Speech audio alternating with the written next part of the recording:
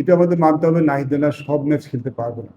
আপনি যতই বলেন নাহিদ রানাকে মেনে নিয়ে কিন্তু আমাদের এগোতে হবে। নাহিদ রানার আক্ষেপ আপনি বুঝতে পারবেন না।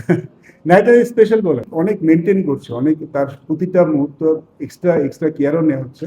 তারপর যদি যখন কি ইনজুর হয়ে যায় তাহলে আসলে আমি বলবো এটা দুঃখজনক আমাদের সবার জন্য।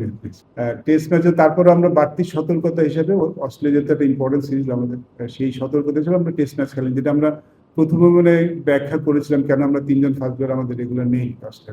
তারা কিন্তু সবাই, যদি ওয়ার্কআউট ম্যানেজমেন্ট বলেন, যদি এই মানে ফিজিও যে রিপোর্টগুলি আসে সেগুলি বলেন, they are all fit to play test matches. তারপরে আমরা বাড়তি সতর্কতা হিসেবে কিন্তু আমরা টেস্ট ম্যাচটা তাদেরকে খেলাইনি, তিনজন ফার্স্ট বোলার খেলে।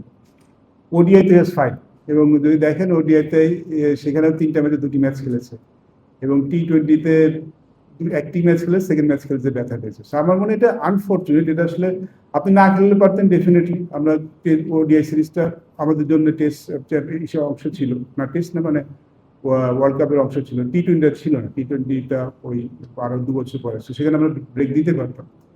কিন্তু এইখানে একটা জিনিস আছে যেটা আমাদের ওয়ার্কআউট যারা ম্যানেজমেন্ট করে তারা বলে থাকেন যে দুটো ব্যাপার আছে যেটা ট্র্যাক করেন যারা, যে একজন বোলারের, স্পেশালি ফাস্ট বোলারের, আমরা রেড, গ্রিন, ইয়েলো একটা জোন বলে থাকি। তো অনেক সময় বেশি বল ওভারলোড হয়ে গেলে রেডে চলে যায়, আবার কম বোলিং করলে কিন্তু রেডে চলে যায়। So he has to ball enough, মানে এনাফ ওভার করে ওইখানে গ্রিন জোনে যেয়ে তারপরে আপনার টেস্ট ম্যাচ খেলতে হবে। সো তাকে কিছুটা খেলতেই হতো। মানে আপনি যদি ফার্স্ট বোলার না খেলে বসে রাখেন, আমাদের যে এখন যেটা কাজ করা সেটা বলে, সেটা কিন্তু ভালো নয় বলার জন্য। সো একটা যে কোনো ম্যাচ খেলার আগে আপনাকে সার্টেন অ্যামাউন্ট অফ বল করে তারপরে প্রিপেয়ার হয়ে যেতে হবে। সো বেশি বল করাও মানে রিস্কি, ওভারলোড চলে যায়।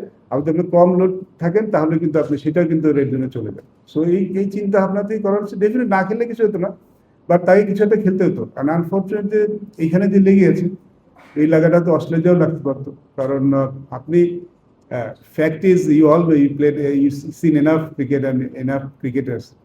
আপনি একজন ফাস্ট বোলারের যতই চেষ্টা করেন ইঞ্জুরি মুক্ত রাখার ফাস্ট বোলার, আপনি যদি ফাস্ট বোলার হিস্ট্রি দেখেন, ইজ ডিফিকাল্ট। আপনি মিনিমাইজ করতে পারেন, বাট ফাস্ট বোলার বোলিং করবে ইঞ্জুরি হবে না, এটা আসলে যতই আপনি চেষ্টা করেন ইজ ডিফিকাল্ট। বাট আমরা কিন্তু অনেক অনেক মেনটেন করছি, অনেক তার প্রতিটা মুহূর্ত এক্সট্রা কেয়ারও নেওয়া হচ্ছে। তারপর যদি যখন কি ইনজুর হয়ে যায় তাহলে আসলে আমি বলবো এটা দুঃখজনক আমাদের সবার জন্য। যে আমাদের জন্য তো খুব ডেফিনেটলি অনেক ডিফিকাল্ট। আমার মনে হয় ওয়ার্ল্ড ক্রিকেটের জন্য এটা সবাই আসলে আশা করে নাহিদ রানা বোলিং করে দেখা। বাট এটা আমাদের মানতে হবে, নাহিদ রানা সব ম্যাচ খেলতে পারবে না। আপনি যতই বলেন নাহিদ রানাকে মেনে নিয়ে কিন্তু আমাদের এগোতে হবে। বা নাহিদ রানা না থাকাটা অনেক বড় সেটব্যাক। আমার মনে হয় যে যেভাবে অস্ট্রেলিয়া যদি আপনি দলটা দেখেন, ওরা আমাদের যেভাবে নিয়েছে, তো সেখানে ওর থাকা না থাকাটা অবশ্যই একটা বড় ম্যাটার করে। বাট আমি যেটা বললাম শুরুতেই, যখন আমি আমার সেরা খেলোয়াড়টাকে পাবো না, আমি সেটা নিয়ে আসলে বসে থাকতে চাই না। অনেক আমরা যখন সিরিজ যাবো, আমার হাতে যেটা আছে আমি মনে করি আমার এটাই বেস্ট, এটা নিয়ে আমাদের চেষ্টা করতে হবে। নাহিদ রানার আক্ষেপ আপনি বুঝতে পারবেন না। Nahid Rana special bowler, is a special bowler. আমরা যে কোনো টেস্ট দলে যদি দেখেন, is a sensation and special bowler. তো তাকে না থাকার আক্ষেপটা তো থাকবেই।